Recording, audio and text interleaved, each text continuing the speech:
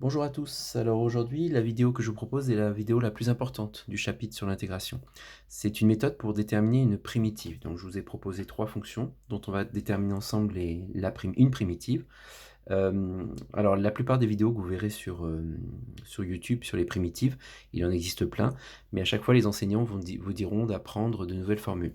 La méthode que je vous propose, c'est une méthode sans formules supplémentaires, juste avec les formules de dérivation qu'on a apprises. Cosinus U et sinus U sont à la frontière du programme de Terminal S, mais en tout cas les 5 premières, elles, sont vraiment au programme.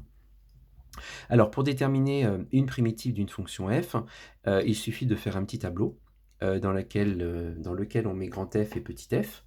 Et en dessous, après, on détermine la fonction qui se rapproche le plus possible de petit f. C'est-à-dire que le petit f, qui est ici, est une dérivée du coup. Eh bien, il faut regarder à droite. On s'aperçoit qu'il y a une fraction, donc il nous reste que trois formules avec des fractions.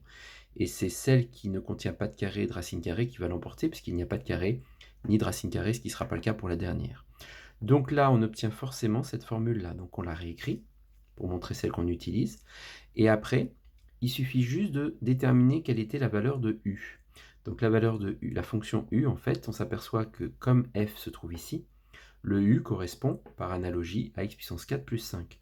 Donc ça veut dire que le u, c'est x puissance 4 plus 5. Donc je mets ln de u, c'est-à-dire ln de x puissance 4 plus 5. Donc j'ai plus besoin de cette formule, une fois que je l'ai trouvée. J'ai plus qu'à dériver en appliquant la formule.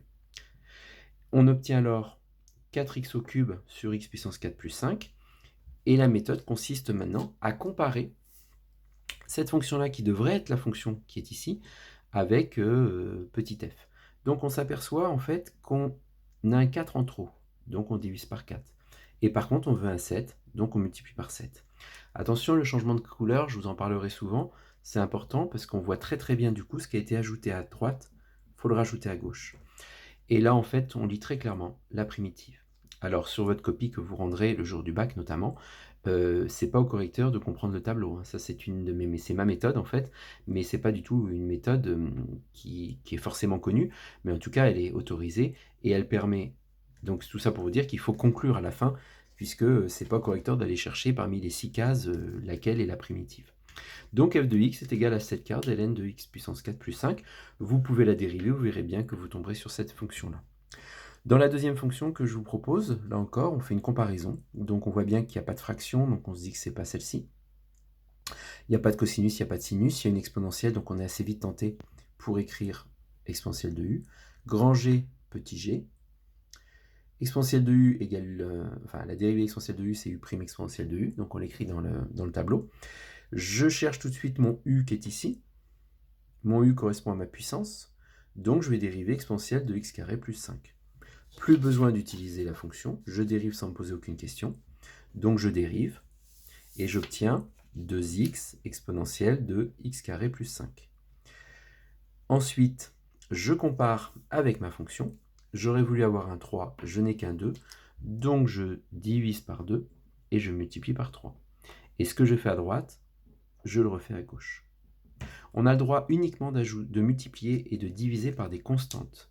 Si dans l'énoncé, par exemple, je ne vous avais pas mis de x, eh bien, je n'aurais pas pu faire l'exercice, en tout cas avec un niveau de terminal S, puisque s'il n'y a pas de x ici, ça voudrait dire qu'il faut que j'en rajoute un ici. Mais si j'en rajoute un ici, il faut que je le rajoute à gauche. Mais si je le rajoute à gauche, ce n'est plus du tout la même formule, puisque c'est plus exponentielle de u, c'est u fois v.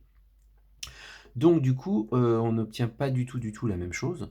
Et voilà, la seule chose qu'on a le droit de faire, c'est de multiplier ou diviser par des constantes.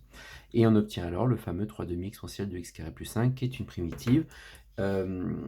Faites attention qu'il faut bien l'écrire en majuscule. C'est une convention pour les primitives.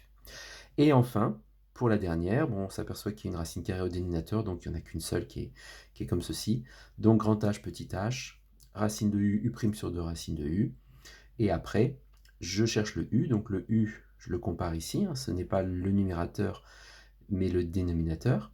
Donc le u correspond à x puissance 5 plus 5x, que je mets dans ma fonction, que je dérive sans regarder la fonction de base, je m'en moque actuellement, je dérive, donc la dérivée de x puissance 5, c'est 5x puissance 4, plus 5x, donc la dérivée de 5x, c'est 5, et on obtient alors, nous, on n'oublie pas le 2, on obtient alors cette fonction-là. Un petit peu plus compliqué, il faut que je compare. Donc on s'aperçoit déjà qu'il y a un 2 dénominateur que je n'ai pas ici. Donc je vais faire un x2. Ensuite, j'ai un 5 facteur de x4, x puissance 4 plus 1 en fait. Bon, en tout cas, j'ai un 5 en trop. Je peux diviser par 5. Mais si les 5 s'en vont, il faut que je multiplie par 4.